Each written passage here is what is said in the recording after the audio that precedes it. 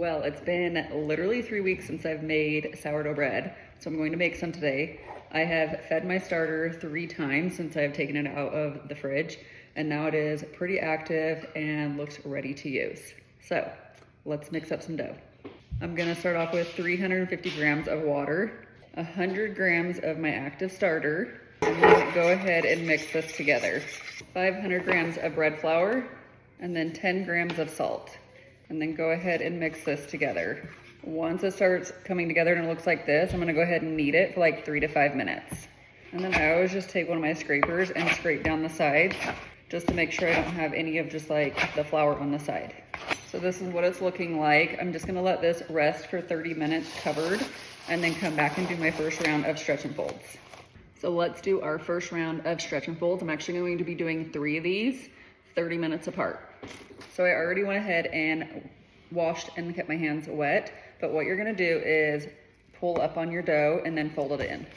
And you will do this clear around the bowl. And then we are going to cover and let it rest for another 30 minutes.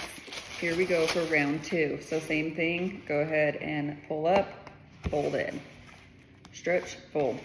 Go ahead and cover, and we'll come back again in 30 minutes and do the final round. Let's finish our last round of stretch and folds. So now that I have this last stretch and fold done, I'm gonna go ahead and cover it and do the first bulk fermentation, which will probably be about 5-6 hours, and then I'll come back and shape it. So this is ready to shape now. I was debating back and forth if I wanted to do sourdough sandwich bread or just a regular sourdough bread loaf. I'm just gonna do the sourdough bread loaf, but this is what it looks like. It's jiggly, not sticky, so let's shape it. Sprinkle your countertop lightly with some flour, and then get your dough out on your countertop. Next, I'm just gonna pull it out to a rectangle. And then after this, I'm gonna fold it into thirds, and then start from one end and just roll it up. And then you're gonna push it away from you. When you pull it back, tuck it under, rotate, push, tuck under, until you build some tension on your dough.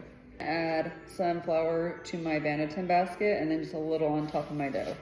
And then I'll take my bench scraper, take out my dough, place it in my banneton basket, cover, and then I will place this in the fridge, and I will cook it tomorrow morning.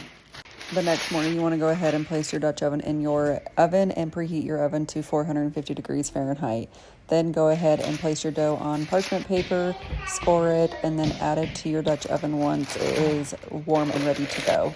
I bake this for 30 minutes covered and then 15 minutes uncovered. Full recipe is in the description below.